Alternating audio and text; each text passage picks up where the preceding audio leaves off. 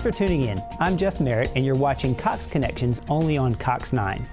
Often cited as one of the most powerful locomotives ever built, right here in the Roanoke Valley, the 611 thundered into downtown Roanoke under its own power after being restored to full operations. Hundreds of people turned out to welcome it home. Bev Fitzpatrick and Peg McGuire from the Virginia Museum of Transportation are here now to talk about the 611 story. Welcome. Thank you, Jeff. It's great to be here. Thanks for joining us today. So, Bev, let's start off talking a little bit about the history of the 611. Tell me a little bit about how this all started many years ago.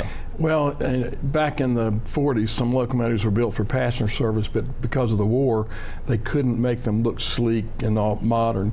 And after the war in 1950, 611 was built as part of the normal function of the Norfolk and Western East End shops here in Roanoke. They were the only railroad at the time that would design and build their own locomotives. And a gentleman down there, as they decided to put shrouds on this locomotive to make it look much more sleek for passenger service after the war, designed that cone on the front and the stripes down the side. And everybody just fell in love with it from the day it came out of the shops on. And they went back and retrofitted some of the others. They all had the striping on it at the end when they were in service. And these locomotives started going basically from Norfolk to Cincinnati. That was their main route. And you had trains like the Powhatan Era, the Cavalier, the Tennessean, but they were really well known for the fact that they had roller bearings on them. They could go 15,000 miles a month, which no steam engine could in the original days of steam. And they ran them through a lubritorium where they just took the same tools that we put in cars today to grease them right up underneath and just did fittings, and the whole thing was ready to go again. It could go 110 miles an hour.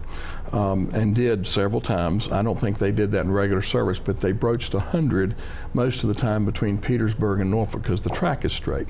So a great history, but I think probably the most important thing is it was the men here in Roanoke, not only in the engineering offices of the Norfolk and Western, but mostly in the shops that put this baby together, and the other locomotives of Norfolk and Western that became the finest steam locomotives ever built. Yeah, real tie to the Roanoke area. This is really big for here, and so Peg, bringing the 611 back was a really big deal. A lot of folks, both here in the Valley as well as really worldwide, were a part of contributing. It was the most amazing experience for us at the museum to be in the trenches, so to speak, with the restoration. And we knew she was loved. We knew that people were so excited about it. But when somebody shows up from Japan to watch her come in, you know, that's something to see. And so we had between 70 and 80,000 people lining the tracks from Spencer, North Carolina, you know, to Roanoke, and it was the smiles on the faces, and it was all races and all ages, from, you know, small children to elderly railroaders who, you know, just wanted to hear the sound of the whistle again. So it was an emotional experience for a lot of people, and just to see a steam locomotive of that size in operation, you know, it hooked a whole new age of rail fans. I mean, all the younger kids were just enthralled by this. So they've never seen anything like that. And I don't think most adults had ever seen anything like that, because if you went to the museum and you saw the 611 in static display, it's beautiful, it's big, but it was sitting there. To see, you know, the rods moving and the wheels going, and the, you know, hear her coming in, you know, because we were watching tapes of it, of her coming in, and of course we were on the train, but you know, they heard the whistle 5 minutes before, and you could hear the locomotive long before she rounded the bend. And as she came into Roanoke, just these cheers that erupted. And we did hear the cheers on the train, even though all the windows were closed up. We could hear it, and we could feel that excitement. And so many people waving and crying, and it was just, it was grown men experience. Crying who worked at the shops. I mean, it's just something, it's hard to attach emotion to a piece of steel. But in this case, it's automatic, and it seems to come with the territory. The engineers used to say if one engineer ran 611 or one of the other 600s, he might get more out of her than another engineer because he treated her better. And they used to give each other a hard time about it, but each one of them had experiences, and there are very few locomotive engineers left that ran 611 in regular service. And so when you find them, it's a very emotional thing for those men.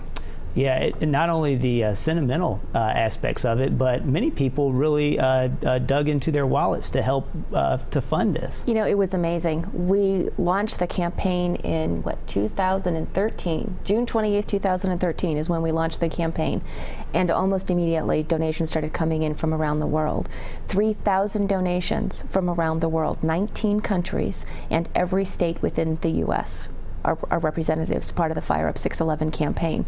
You know, we've had more money given to the 611 campaign from outside of the valley than inside the valley, which just goes to show how beloved the N&W steam locomotives are, and especially the 611, and how important it is for people to see and understand, to preserve our rail heritage, you know, to really kind of capture that and make certain that a new age of people, you know, new generations see this in action. Right, right. So, Bev, tell me a little bit. I've heard that we have the big three here. That seems to be. Tell us a little bit about the big three. The big three was considered the 600, the 1200s, and the 2100s, all of which were designed and built in Roanoke. And they stepped up. 600, or the 611, for instance, is the smallest. Then you go to the next graduated, and it's an articulated locomotive. And then you go to the third, and it's articulated. Nobody's had the big three together since they actually were running. We happen to end up owning 1218 and 611, which gives us 2/3 of it at the Virginia Museum of Transportation. But the National Museum of Transport in St. Louis had the only 2100 left of all that were used at the Norfolk and Western. They, through the help of the Norfolk Southern, have made that available to us for 5 years on a loan. And now we have it in the back of the museum. And we have the big three, and you can come look at them just like they did 60 years ago. Our goal is to obviously build a building where we can show them adequately. They don't show well outside. They're just too good to be outside. Okay. And so we want to build what we call a stable for our thoroughbreds. And we're getting ready to raise money now to do that, so they can all be put in there together, and people from all over the world can come see the finest steam locomotives ever made, all done by Roanokers. Yeah, no, that's wonderful. Well, given the success that you had bringing 611 here, I'm sure you're going to be able to get the stable built for those three, and the funding you need there. It's fantastic work that you've both done. So I want to thank you for joining us today and telling us a little bit about it. Well, thank you so much. And it's a lot more than two of us, let me tell you. It's been a team effort. It has been. I'm sure it has. We thank you for having us. Absolutely. It's my pleasure. You can go to fireup611.org or bmt.org to learn more about the 611, its future excursions, and other events happening at the Virginia Museum of Transportation, or to plan your visit. Before you go, I want to personally thank you for choosing Cox Communications for your entertainment, information, and communication needs. We know you could have chosen another provider, but because you choose us, we promise to provide you with the quality products backed by a talented local team of professionals. I'm Jeff Merritt, and we'll see you next time on Cox Connections.